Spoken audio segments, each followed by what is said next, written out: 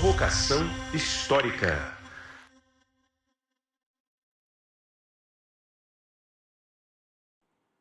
Olá, olá, olê, olê, olê, olá, meu convidado especial e nosso grande público.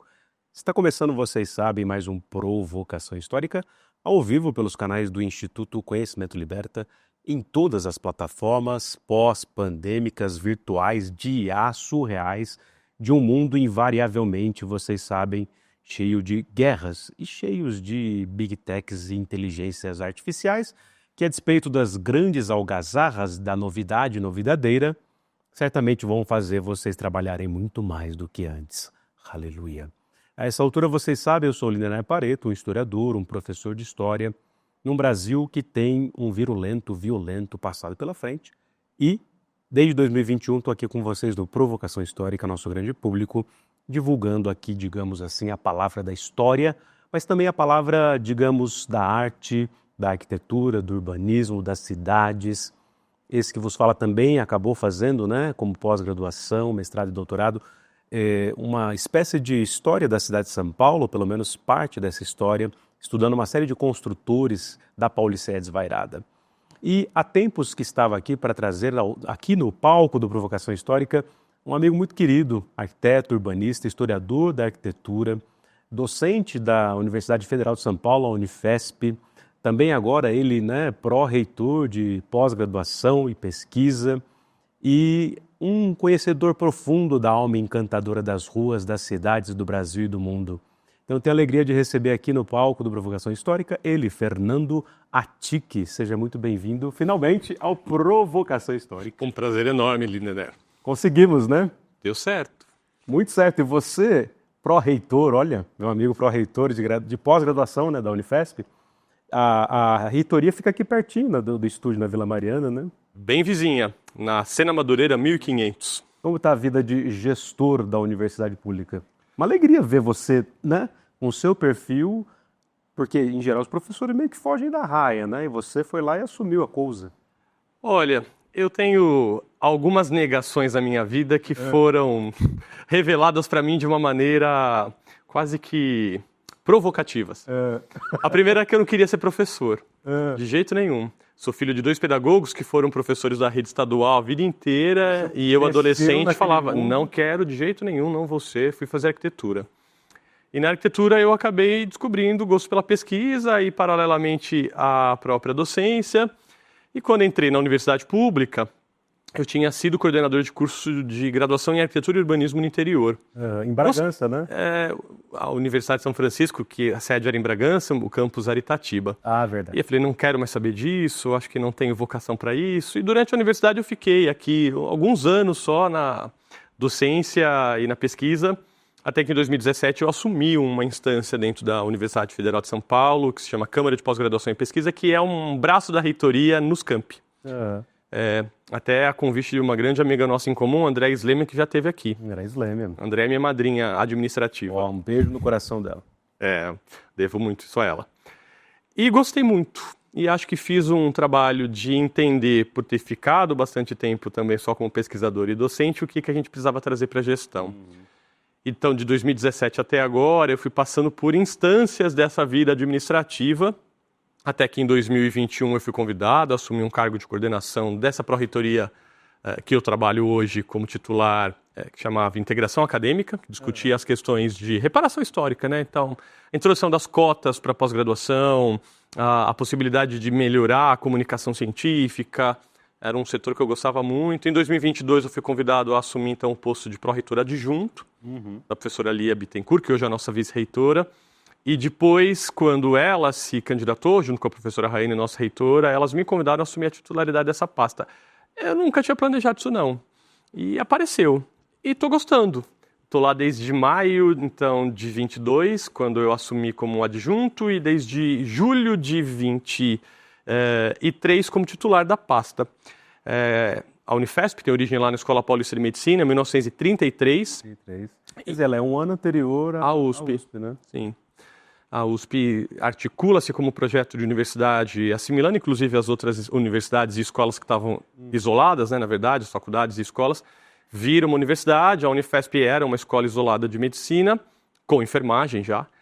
E durante sua trajetória até o governo de Juscelino Kubitschek, ela era uma escola privada.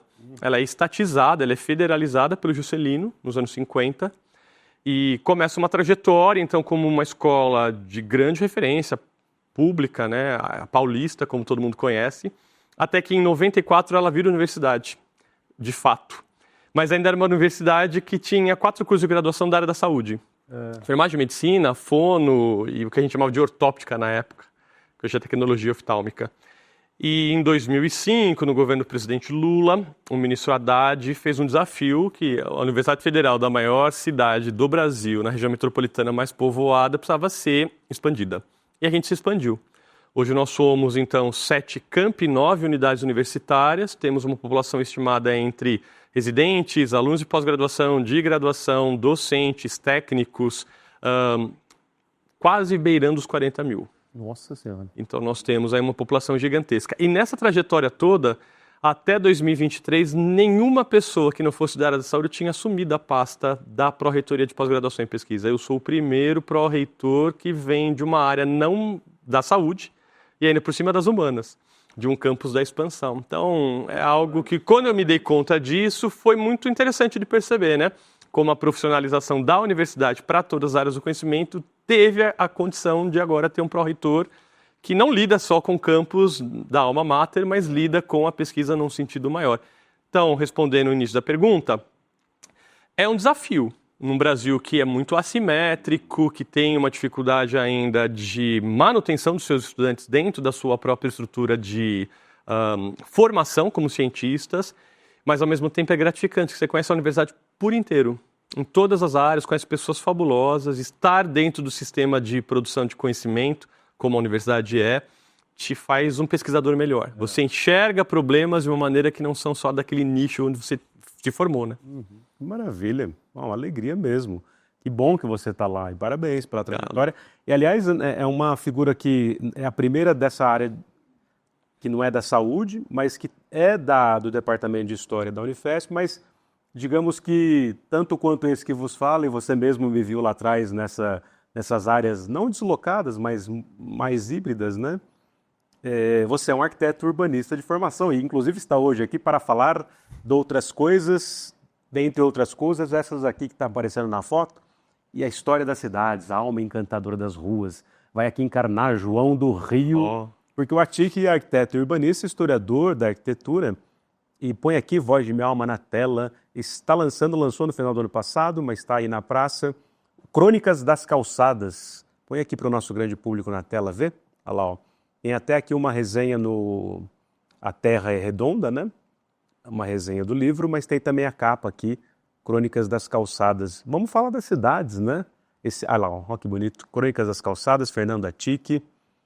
Como que surgiu? Foram textos que você foi escrevendo? É bem curioso isso. Um grande amigo, professor da Faculdade de Arquitetura e Urbanismo da USP, o Gustavo Curcio, ele montou um projeto de extensão alguns anos atrás, que é uma revista de arquitetura, chamada ArcXP. Essa revista, desde o número inicial, tem uma coluna que eu assino. E essa coluna eu gosto de uma liberdade muito grande para abordar vários assuntos que tenham a ver com minhas preocupações. E eu acabei escrevendo, então, ininterruptamente, né, com exceção de um número que eu não escrevi, porque eu não dei conta de entregar. Acho que tem a ver também com assumir a gestão de uma maneira um pouco mais intensa nesse momento. Então, durante 5 anos eu escrevi essa coluna, uma revista trimestral, de distribuição gratuita, em que eu discorri sobre coisas que me preocupavam. E durante a pandemia, que nós estávamos bem reclusos, eu sentia muita falta de fazer algo que eu gosto muito, que é palmilhar a cidade. Sim. E eu fui vendo a cidade se modificando, inclusive com aquele arrasamento enorme do Vale do Anhangabaú, para a implantação de um projeto que eu particularmente não gosto e acho que não foi uma boa escolha para a cidade. Os skatistas adoraram. Adoraram, né? A gente brinca, inclusive, jocosamente, que aquilo virou uma excelente pista de pouso para pombos. Não tem mais nenhuma interferência e tal. Eu comecei a perceber que uma tradição que o Brasil tinha, e sobretudo São Paulo, que era das calçadas, inclusive reproduzindo elementos icônicos da identidade paulista, estavam desaparecendo.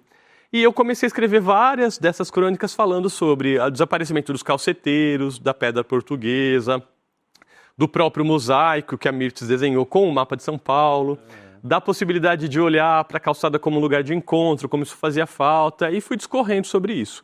Quando a revista completou 5 anos, o Gustavo me propôs compilar as crônicas e transformar num livro. E eu levei um certo susto, porque eu nunca tinha pensado que isso pudesse ser enfeixado. Mas a gente mergulhou nessa história. E para montar, então, esse livro, que é comemorativo dos 5 anos da ArcXP, mas também dessa minha descoberta aí como articulista, cronista, eu convidei um colega da universidade, o Alex Heipert, que é fotógrafo e que faz fotografias com a temática urbana e que é de uma descrição enorme, embora já tenha participado de mostras coletivas e até individuais em vários lugares do mundo, para colocar fotografias dele dentro do livro.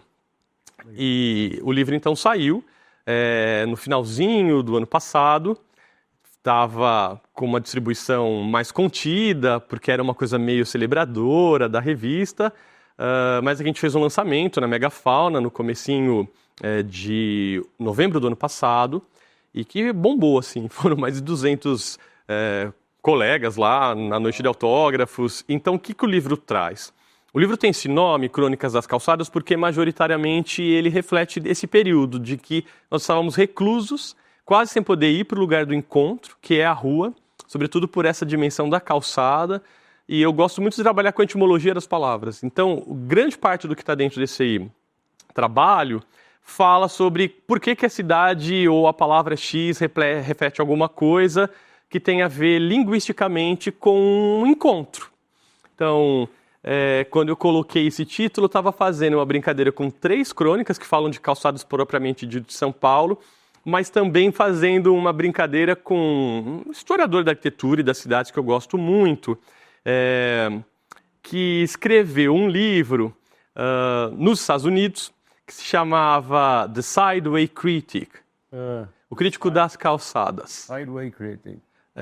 E quando esse livro saiu, eu acabei comprando muito tempo depois, eu achava interessantíssimo como observar o que acontecia na rua podia ser algo que tinha a ver com esse lugar de estar nessa fronteira.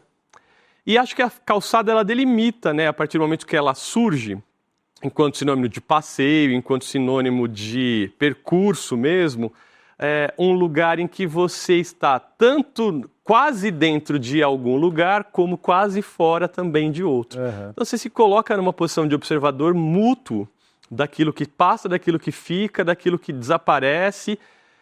E o livro, então, tem um pouco esse título, fazendo, então, referência ao Lewis Mumford, que é esse historiador. Simplesmente foi ele que Simplesmente. Então, ele tem esse livro, e essa brincadeira aparece um pouco também nessa minha posição. Então, tem crônicas falando da calçada propriamente dito, tem falando sobre a palavra casa, tem falando sobre a origem da domesticidade, sobre o efeito de a gente ser pai de planta, e eu sou pai de planta, e a gente ter criado as urban jungles aí durante a pandemia.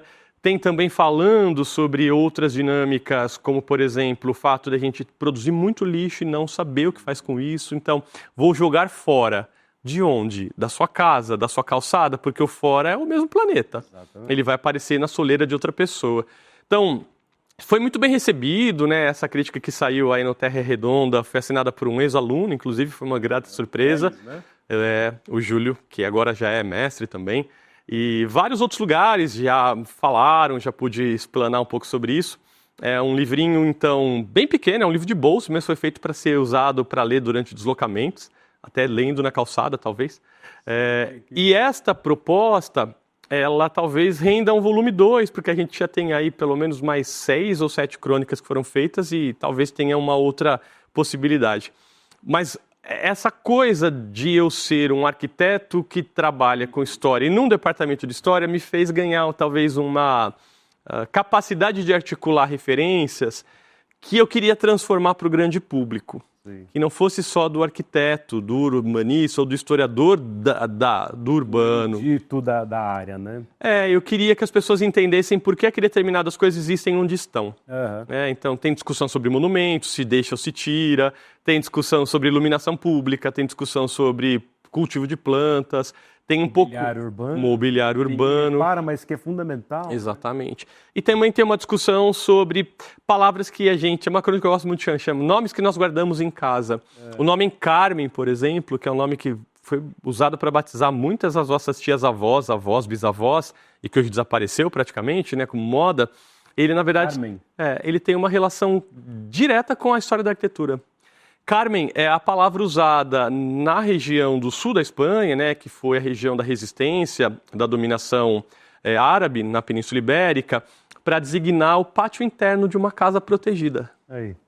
Então, quando você vai para Granada, por exemplo, você passeando, você vai ver várias plaquinhas de rua escrito Carmen del não sei o quê, Carmen del talalá.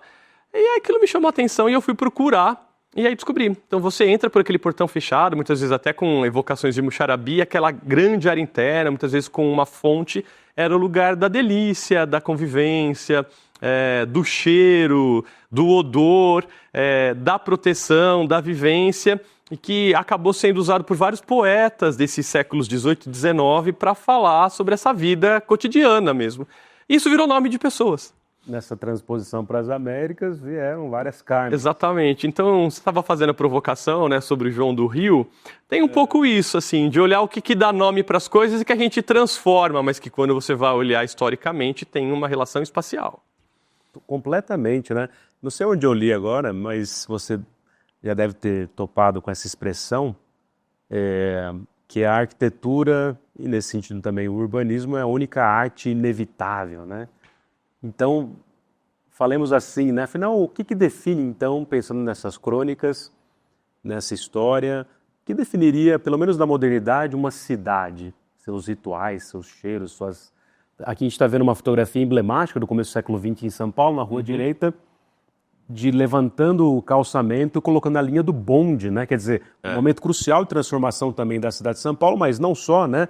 Vem ali de todas as grandes transformações do último quartel do século XIX, praticamente em todo o mundo ocidental, né? Sim.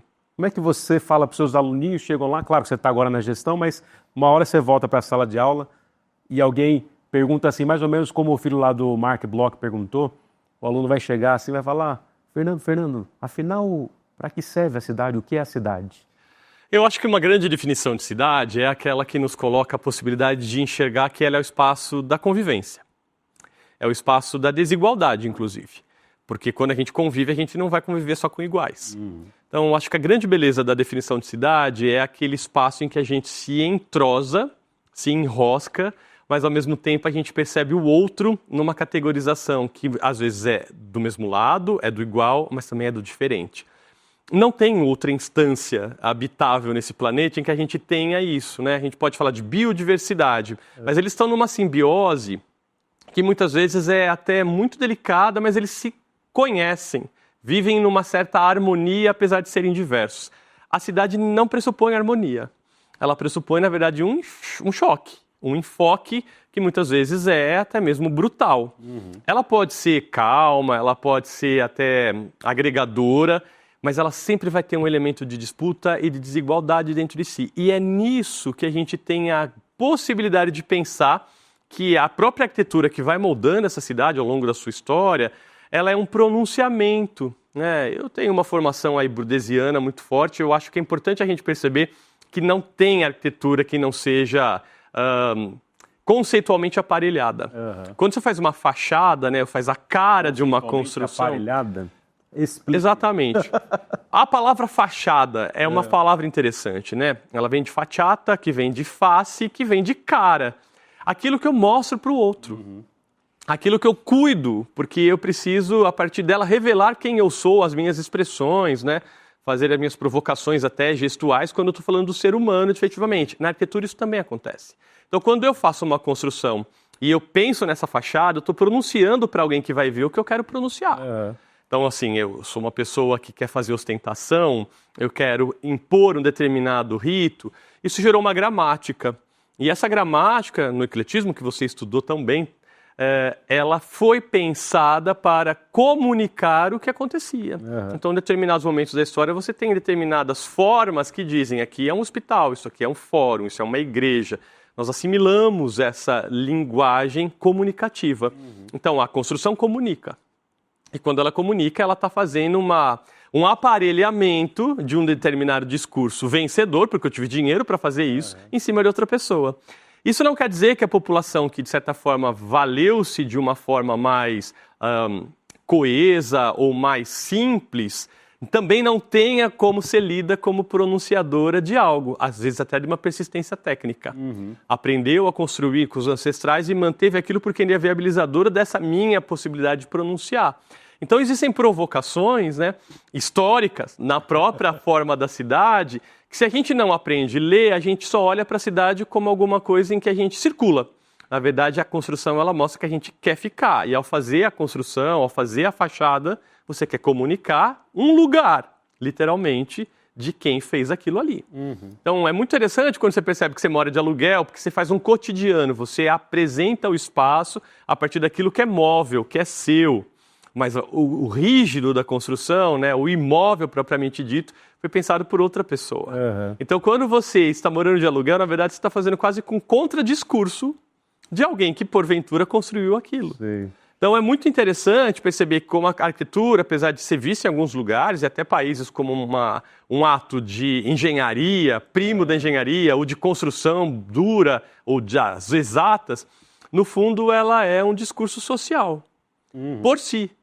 Primeiro porque você entende as condições materiais, econômicas, até mesmo artísticas, mas sobretudo de linguagem comunicativa daquilo que está posto ali. E essa relação do ser humano, ela é fundamental. Não existe arquitetura que não se preste a um determinado fim. A diferença entre uma instalação, uma escultura e a arquitetura ela tem que servir para alguém. Então eu sempre brinco que talvez a arquitetura seja a mais social das artes. Porque ninguém consegue fazer uma construção inteira se alguém não for usá-la. Ela perde seu sentido. Então isso é muito interessante. Não existiria arquitetura se não houvesse humanidade. Mas isso não quer dizer que a gente seja exatamente altruísta a ponto de todo mundo ter direito a ter arquitetura. Total. Porque a gente vive num mundo de espoliação. Então quando eu construo e faço reverberar uma grande projeção econômica a partir da minha fachada, da minha arquitetura, do meu trancamento dentro dos condomínios fechados, eu estou negando a possibilidade das pessoas verem. Isto é um ponto, inclusive, que eu acho que marca a cidade contemporânea, né? Por que ela é o espaço da desigualdade? Quando a gente desenvolve esse fenômeno da grande eclosão dessa urbanização das bordas da cidade, eu não estou falando da periferia, eu estou falando do evento das próprias condomínios fechados, nós criamos para a cidade um discurso que eu antigamente comunicava a minha grandeza, a minha riqueza e fazia você circular por essas ruas e calçadas para que você percebesse o quão distante de você eu estou, porque eu construí essa casa. Agora, você pode até tentar circular por lá, mas eu estou tão distante de você que eu pus um muro para você ficar ainda mais perceptivo de que eu não quero que você me conheça. Então, é um grau de afronta que é muito ruim, porque as pessoas se trancaram e, ao mesmo tempo que se trancaram, elas não desenham cidade, elas desenham muros, né? O lindo livro da Teresa Caldeira, Cidade de Muros, é isso. Nós criamos uma urbanização que ganhou tolerância em abandonar o discurso da fachada para fazer uma fachada, muitas vezes, para o vizinho da frente, cercada por um muro, e esse muro comunica que você nunca vai me atingir. É como se eu tivesse feito um pódio, colocado uma redoma para que eu fosse inatingível de fato. E isto é um discurso arquitetônico. Então a arquitetura não tem só beleza, ela tem crueldade dentro de si. E é nessa ruptura de tentar mitigar esse muro literalmente colocado entre as pessoas que uma boa cidade deveria zelar. Porque o espaço público é o espaço em que a gente se mistura. É talvez a grande demonstração de como a cidade pode ser legal. E os paulistas e paulistanos têm uma dificuldade muito grande em usar as calçadas do espaço público. Aliás, muitas delas completamente acidentadas, né? Lembra da Marta Suplicy? Acho que na primeira gestão dela, quer dizer, na gestão dela, ela estava com um sapato de salto alto, assim, ela foi tropeçando. Nossa, temos que arrumar essas calçadas. E teve um programa chamado Reconstruir as Calçadas do Centro. Um camarada meu da faculdade trabalhou nesse programa. E teve outra coisa muito interessante. Ela criou aquilo que foi grande polêmica no começo da sua gestão, que foi a Operação Belezura. Ah, é? É. Então já tinha essa Faziam mutirões para irem pintar muros que estavam pichados, grafitados, ou que estavam precisando de reformas.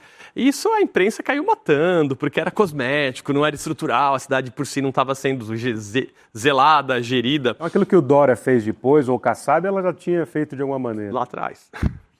Então tem uma coisa nessa cidade muito grande que é de a gente ter, primeiro, microcidades, microdiscursos, Mas, ao mesmo tempo, a gente tem uma dificuldade muito grande em aceitar a diferença.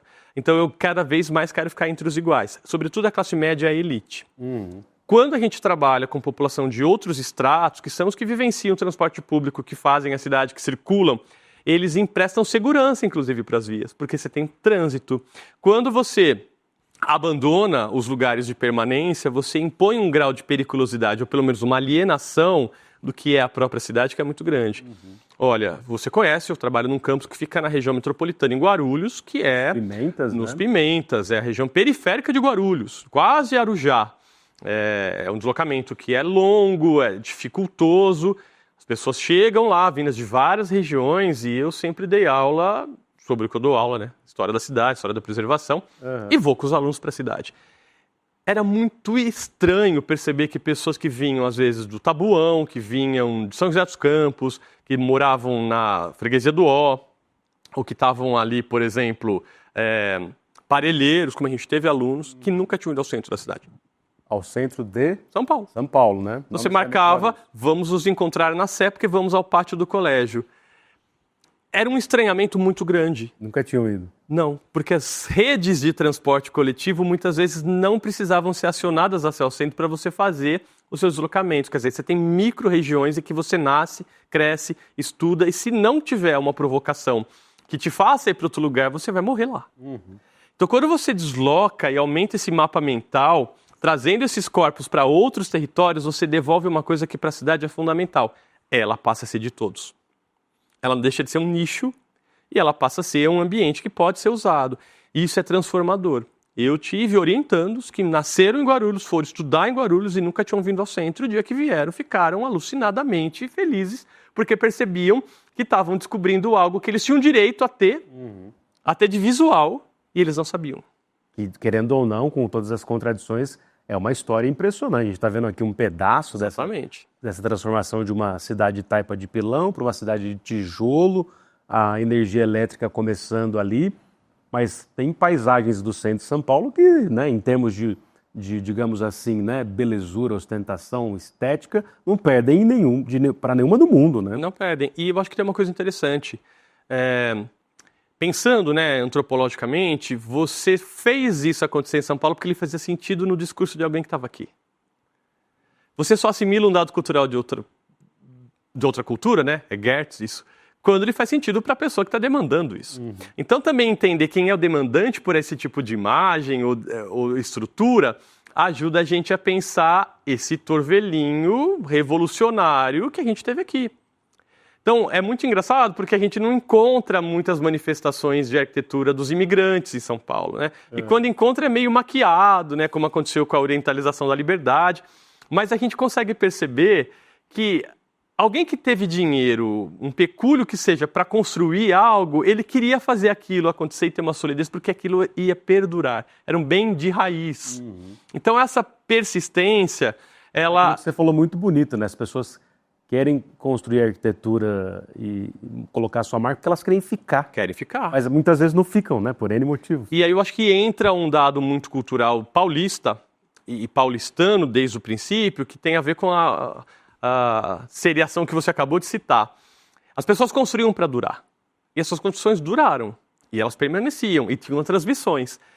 A gente inventou um processo que é a demolição. Embora ela sempre tenha existido, São Paulo ela deflagrou para si um apagamento intencional porque parece que eu tenho que me substituir. Então, quando você faz a demolição de um edifício de arquitetura, você, na verdade, está falando para quem construiu que você já passou. Ou como dizem nas quebradas lá perto do campus, perdeu o playboy.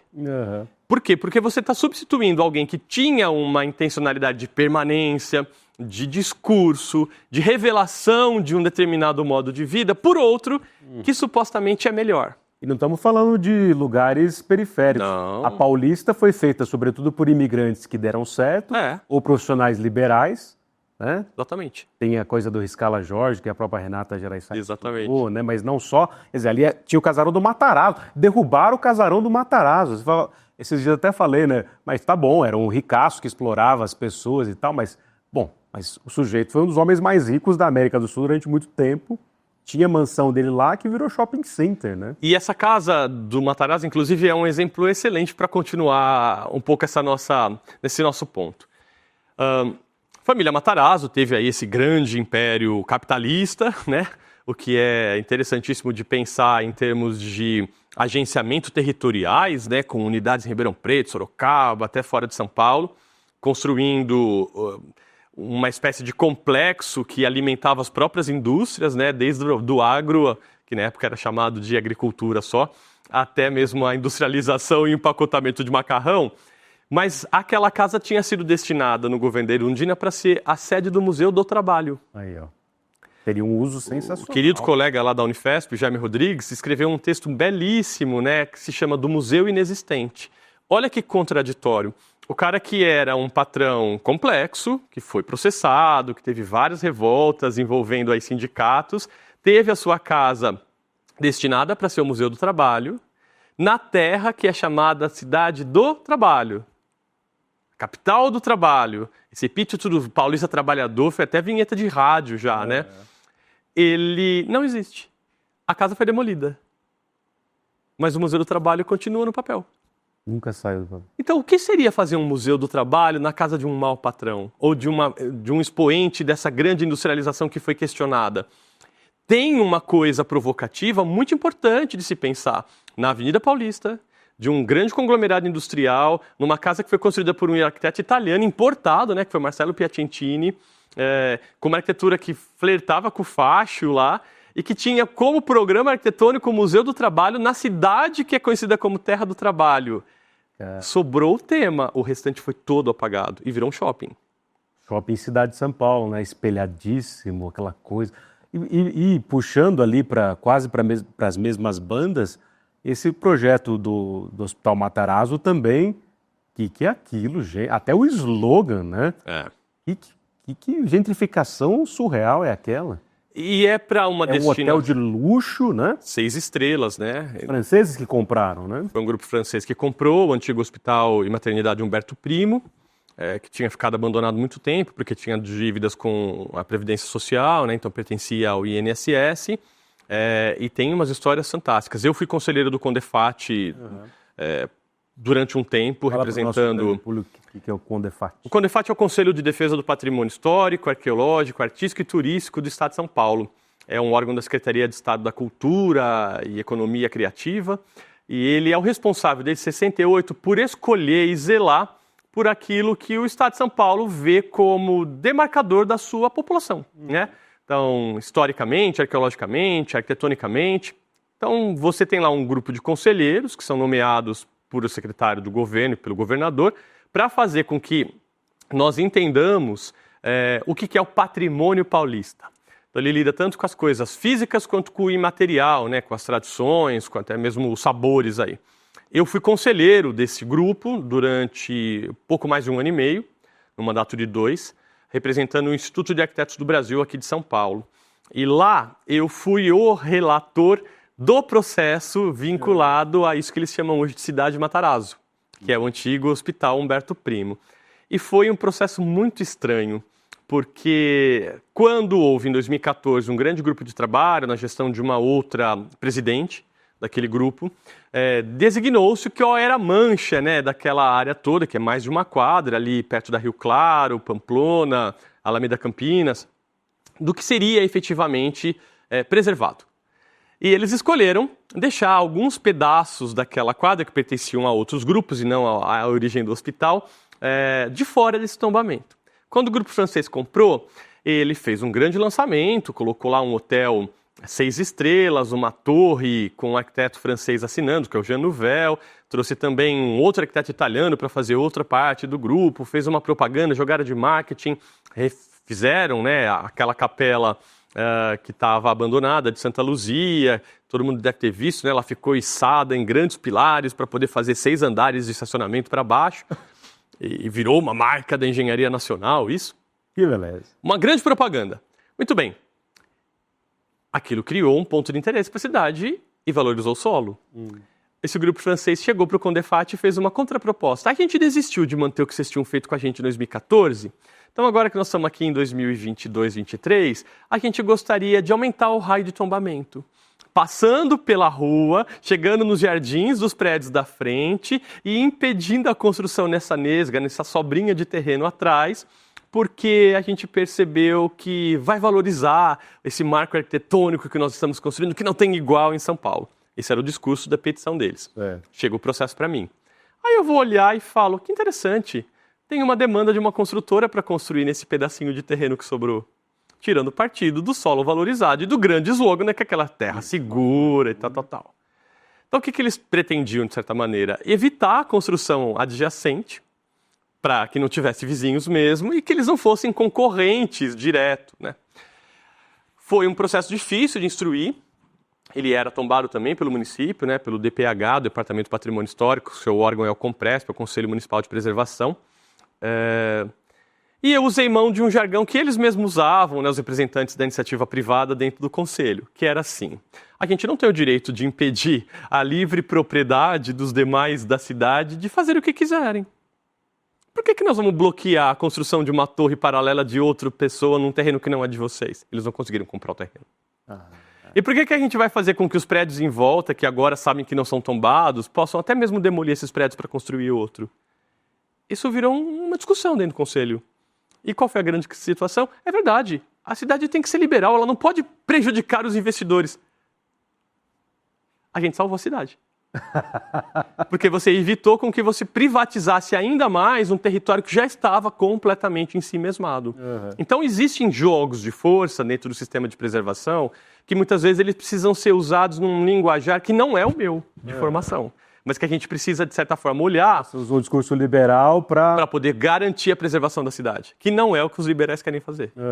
Então, quando é o espaço da desigualdade, se você consegue perceber e prestar atenção nesse jogo de jogral mesmo, entre um grupo e outro, às vezes você consegue encontrar estratégias para poder fazer a sua luta prevalecer numa cidade em que ela está colocada o tempo inteiro. Sabe o que me lembrou? Você conhece também de perto, porque conhecedor que é de São Paulo, Rio e outras cidades, o rolo todo do Teatro da Lina Bobardi, né, a reforma dela, o Teatro Oficina. Sim. Zé Celso, a morte trágica, né? Eu fico tragicamente falando que um ariano alucinado, artístico, genial como aquele, foi como fogo embora do mundo, né?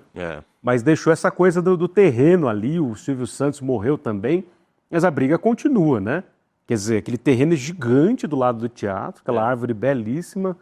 A Lina fez a reforma que aquilo ficou tudo transparente, não foi? Exatamente. Tem um muro que é de vidro, né? No fundo, você vê o que seria a continuação desse parque urbano no Bexiga, uma região que é muito densamente ocupada e com uma drenagem enorme, né? Se a gente lembrar que agora a outra borda do bairro está passando por essa grande polêmica com a estação de metrô também. Ele é um bairro em que a água fez parte da sua própria dinâmica de ocupação. Córrego do São Paulo era a cidade das águas, né? Tudo quanto é tipo de... O Tanque Reuno era ali, a gente tem o Itororó, a gente tem o Saracura, a gente tem outras tantas nascentes que estão naquelas imediações e que fazem inclusive essa própria ideia, né, mitológica quase, de que a epidemia de varíola que deu as bexigas, né, que também é transmitida pela água, que dá identidade para o bairro, a gente não vê água naquele bairro. Está tudo taponado, tudo fechado. Aquela área também tem nascente. Então você imagina você criar uma área livre para poder evocar inclusive esta efervescência de um material hídrico numa cidade que é muito irrigada e que a gente apagou, seria fantástica. Porque você devolve lógica para as próprias toponímias, que é outra coisa fantástica em São Paulo. A toponímia nomeou muito disso, a toponímia indígena, sobretudo. E a gente usa e a gente não vê. Por exemplo, Anhangabaú. Não é isso? Era o Rio do Diabo, como é que era a tradução? Era isso. Anhangabaú, esqueci. Buraco, né, também, porque ele é meio profundo. Se a gente pensar que esse córrego ainda está passando por ali e que ele ainda mantém essa etimologia, vamos olhar, a gente passa pelo túnel, em cima do túnel ainda tem o viaduto do Chá. O Tom Jobim ali, né? Exatamente. E o córrego ainda está embaixo do túnel. Então você imagina o que era essa topografia, nessa ruptura brusca da área do chamado Triângulo Histórico para atravessar para o outro lado. Era um grande sulco, né? E esse sulco, na verdade, vem convergindo lá do Espigão da Paulista, criando esses dois córregos, Saracuri e Tororó, 23 e 9 de julho, que viram essa grande várzea que vai escavando um buracão. Quando a gente olha, e isso é uma beleza tão grande de São Paulo, a toponímia indígena ela é referenciada espacialmente. Geralmente eles falam do lugar a partir da descrição geográfica ou conformadora que tem lá. Uhum. Isso é muito bonito. A gente conservou os nomes e a gente apagou a característica geográfica. Então, para a gente que faz história, é fundamental indicar para os nossos estudantes e para a população interessada como é possível, a partir da nomenclatura, recompor esses cenários que ali estão. E isto não é uma questão só de saudosismo romântico, é de, inclusive, resistência e articulação de uma forma de ver a cidade que foi demolida, desaparecida, mas efetivamente a gente não apagou, porque criou para si a possibilidade de olhar com uma lupa que está ali no próprio lugar, no nome, às vezes.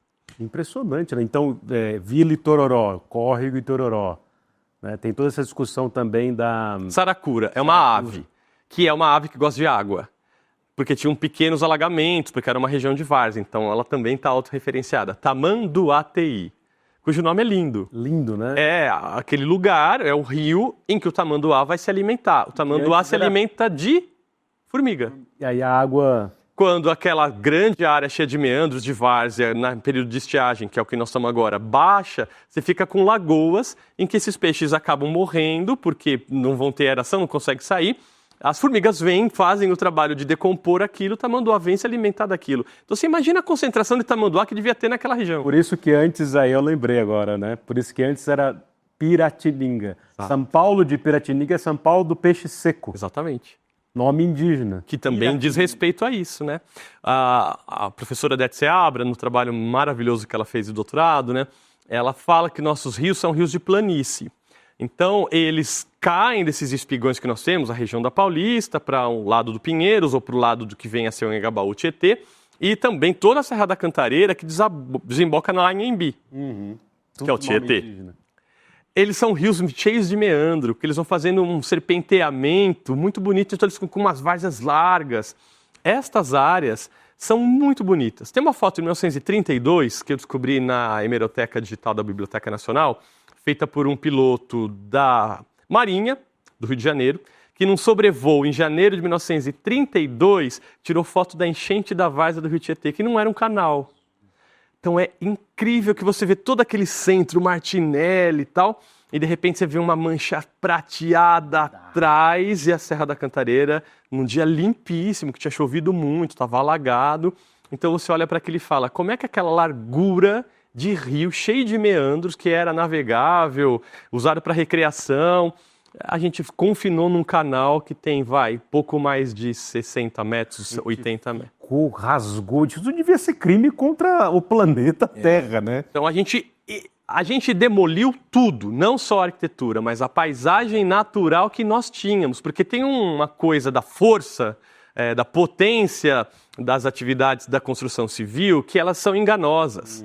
É como se a gente conseguisse, a partir delas, criar um determinado grau de espraiamento e potência discursiva que efetivamente a gente não tem. Porque a gente depois vai ser cobrado por um planeta maior. Eu tive um professor na universidade, lá em São Carlos, o Jorge Caron, que por acaso fez a Torre da Cultura, lá na Dr. Arnaldo, que foi um dos homens que mais me marcou intelectualmente. Na graduação? Na graduação. E você é arquiteto de formação lá na... Eu me formei na USP em São Carlos, quando na época ainda era Escola de Engenharia de São Carlos, depois houve a separação, hoje ele é o Instituto de Arquitetura e Urbanismo, né? O Caron falava uma coisa numa das aulas de paisagem que ele dava para nós, que eu nunca esqueci, isso foi em 1998. O ser humano é uma criatura tão pequenininha que se arrasta entre uma montanha de gases chamada céu e uma montanha de relevos variados, que a gente chama de crosta terrestre, que acha que consegue modificar tanto lá quanto aqui. E é isso, a arquitetura tem esse poder de querer fazer suas marcas acontecerem moldando o que já veio moldado. Só que essa potência explosiva da construção civil, ela não dá conta. Porque a gente, por mais que faça prédios muito altos ou grandes intervenções no rio, ela sempre vai ser muito menor do que quando a gente olha para essa escala muito maior. E a gente paga o prazo. Está pagando, né? Aliás, é a grande questão da condição humana hoje em dia. Quer dizer, há tempos, né? A gente pode dizer que desde o início do Capitaloceno, né? Fernanda Tique, ó, falei para vocês aqui, se a gente tivesse no Jô Soares, o pessoal ia fazer, né? Sorte dos alunos dele que estão carentes agora porque ele está na gestão, como pró-reitor aqui de pós-graduação e pesquisa da Unifesp, historiador da arquitetura e do urbanismo, arquiteto e urbanista, aliás. Você não pode ir embora aqui desse primeiro provocação que você veio, finalmente. Ele ficou aqui me enrolando esse tempão, mentira. As agendas não estavam batendo.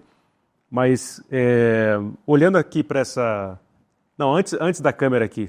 Ainda não, voz de minha alma. O pessoal... O Brasil é muito desigual. A gente está pensando aqui nas desigualdades urbanas e nessas reconstruções e ressignificações de paisagem. Mas como o Brasil é muito desigual e tem uma iniquidade de paisagem brutal e social, o pessoal acha que quando a gente fala de outras cidades do mundo, porque a gente eventualmente foi, está sendo blasé, né? Mas a gente sabe que não, ainda mais na nossa condição aqui, filhos de classe trabalhadora, professores, operários, né? Uhum. Mas você é um cara que conheceu e morou em Nova York, conhece outras cidades aqui também da América Latina, além da América do Norte, conheceu várias do mundo europeu, e outras tantas. Então eu quero ouvir, assim, rapidamente, né, definições assim, tipo, Nova York. Por que as pessoas deveriam ir para Nova York conhecer, mesmo diante do Trump agora? Bem, com o Trump acho que as coisas ficam mais complexas, mas a despeito dele, eu acho que Nova York é uma cidade que demonstra pra gente sonhos de um sistema que a gente ficou envolvido, né, até o último fio de cabelo, que é o capitalismo.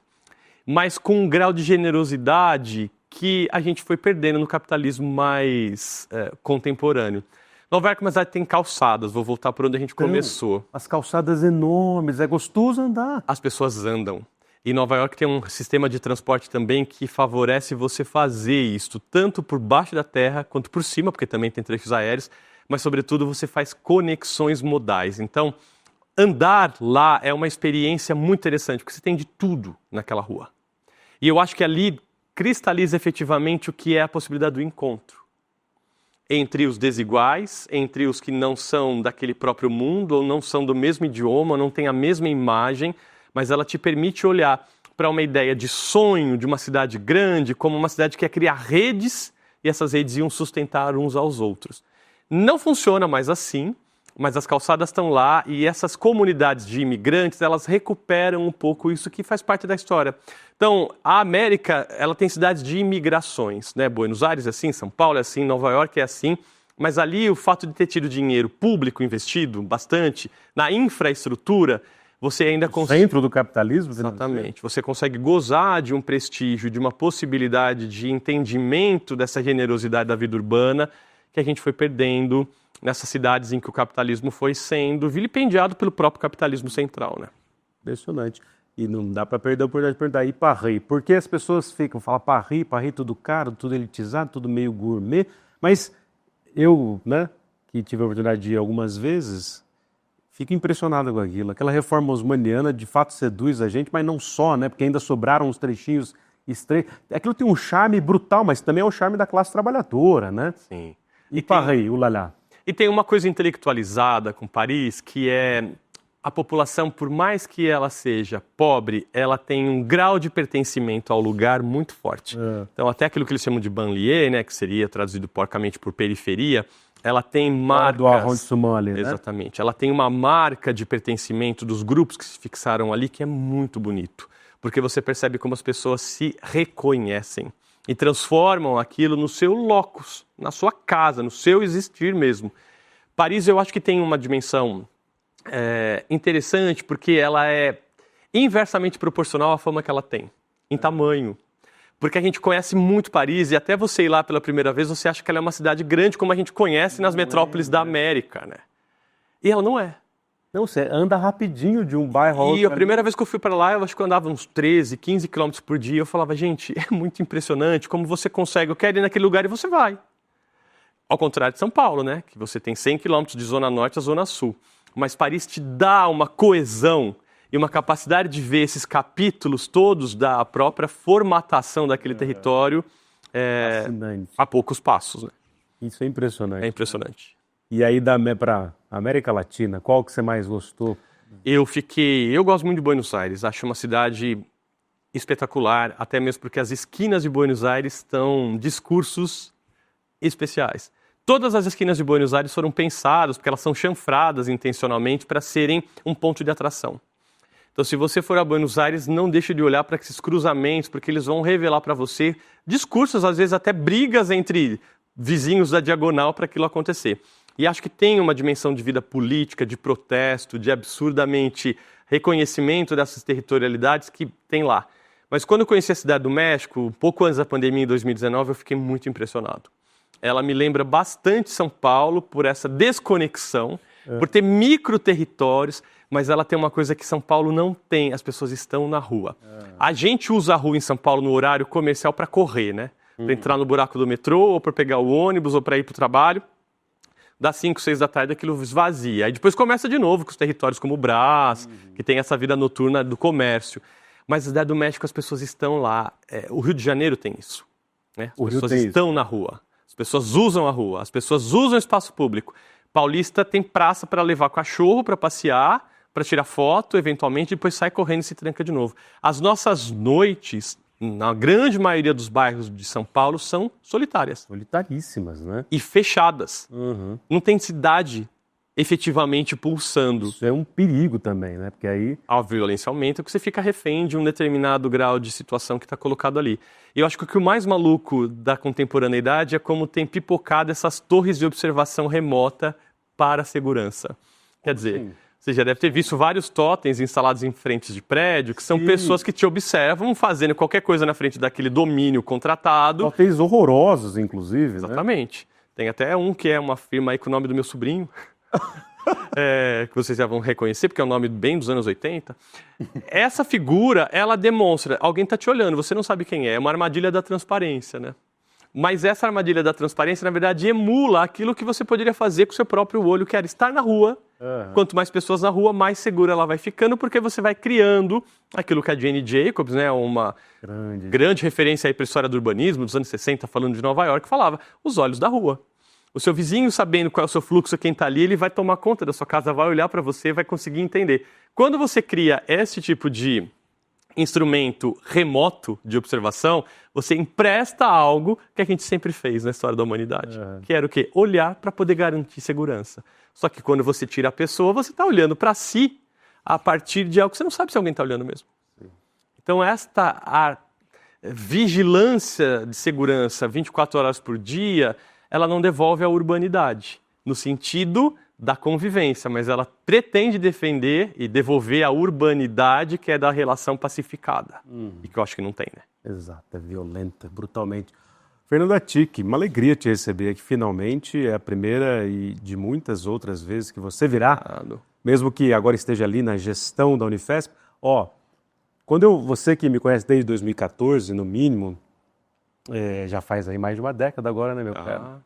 Eu era um jovem desesperado com doutorado. Lembro uma vez que eu encontrei você e a Cristina Campos no Rio, no evento que eu fui, e eu estava atrasado já para entregar a tese, e aí a gente sentou num café, você e a Cris olharam para mim e a tese. Eu quase comecei a lacrimejar, na verdade, falei, tô ferrado para entregar. É um rito de passagem. Trabalhando, feito um condenado da terra para variar. Mas, como você sabe, eu fui para Campinas, fiquei lá um tempão na PUC, e fui em função do ICL voltando para São Paulo. Queria voltar para São Paulo, né? Claro que tem outras forças daí também, mas óbvio que queria e tal. Mergulhei aqui na causa do nosso Instituto Conhecimento Liberta. Aliás, inclusive, se inscrevam no ICL. São vocês aqui que fazem esse espaço qualificado do Provocação Histórica para receber um arquiteto e urbanista para falar 1 hora de coisas que, em geral, vocês não vão encontrar em outros lugares. Então, façam parte da causa aqui, venham e assinem aqui o ICL e venham conosco. Attic, eu voltei em 2023, assim, já com 40 anos, no ano que eu fiz 40 anos, aí a mãe morta, né? Aquele luto, a gente não sabe o que a gente faz nessas horas. Né? As pessoas deviam botar a gente em casa e fica um pouco aí parado. Aí não, né? Vou voltar para São Paulo, achei que ia ser aquela Maria Antônia que eu vivi, 2008, 2009, 2010, ali da era Lula-Dilma. Voltei. Rapaz, um barulho insuportável, a pobreza ainda mais latente, violenta, no lugar que eu fui morar primeiro, ali na Vila Buarque, eu tinha que saltar literalmente os corpos das pessoas na calçada. Ajudava e tal, mas sabe? Muitas pessoas. A Cracolândia dissipou, sem iniquidade brutal. Eu falei, meu Deus. E aí depois mudei para um outro lugar que o barulho da Martins Fontes, o tráfego pesado de automóveis, aquilo me entrava no ouvido, comendo meu cérebro. Tudo isso para dizer que, em função disso também aqui, porque a arte é mimesis, eu sempre te admirei, e eu fui escrevendo crônicas, claro que não tem a ver com você ter começado, mas por causa do portal do Célio Notícias, escrevendo crônicas históricas, falando de história, de Brasil, mas de cidade. E aí eu lembro que assisti aquele filme Zona de Interesse, que fala do líder de Auschwitz, o nazista, o Rudolf Höss, ele morando lá numa casa bonitona do lado do muro de Auschwitz. Você não vê a iniquidade, mas você ouve o barulho das pessoas desesperadas. É esse barulho que eu estou vendo na cidade. Aí escrevi essas crônicas, que virou livro, inclusive, põe aqui na tela, Voz de Minha Alma, o Crônico e Anacrônico. Aliás, né, temos aqui as nossas crônicas muito próximas. Vamos lançar junto esses livros aqui. Tem bastante a ver. Vamos combinar. Crônica e Anacrônica, escritos de um operário do tempo e do fim do mundo, como a gente conhece. Que são... Lindo. Não tem essas sensibilidades do arquiteto que manja muito. Aliás, se vocês querem ir para o Rio de Janeiro e contratar alguém para isso, chame o Atico, que ele sabe tudo. Ele vai com um guarda-chuva assim, aponta tudo que vocês quiserem. Então, escrevi em função dessa sofrência poética que você tem, né? Muito bonito isso. E que bom poder falar que o livro saiu também aqui com você. Muito obrigado por ter vindo aqui. Foi um prazer, meu camarada. E antes da gente se despedir, olhando para aquela câmera ali, ó, você vai responder algumas questões da verdade. Chegou a hora. Põe aqui nele Voz de Minha Alma, ó. Olha lá, ó. Viu? Tem um drama, né? Tem uma coisa lá. Fui enquadrado agora. Enquadrado. Mas, a partir das suas vivências por essas cidades do mundo, pensando como pesquisador, como arquiteto, historiador, urbanista, poeta das cidades que você é, pensando com os olhos também. Obrigado. O que é a arquitetura? A arquitetura é uma manifestação que muitas vezes não dá certo. Gostei. Porque eu acho que dentro dela existe um sonho, que é uma capacidade inerente do ser humano. Eu acho que isso é uma das coisas mais bonitas que a gente desenvolveu. E existe entre o sonho e o fazer uma sequência de mediações. E essas mediações, muitas vezes, elas se colocam em relações que são muito desiguais. E neste processo, o arquiteto sonhador precisa de um cliente para viabilizar essa construção, porque a construção é dele, embora você tenha sonhado. De um operário, uma sequência de artesãos e artífices para fazer aquilo funcionar, mas você precisa de um lugar no chão que seja seu.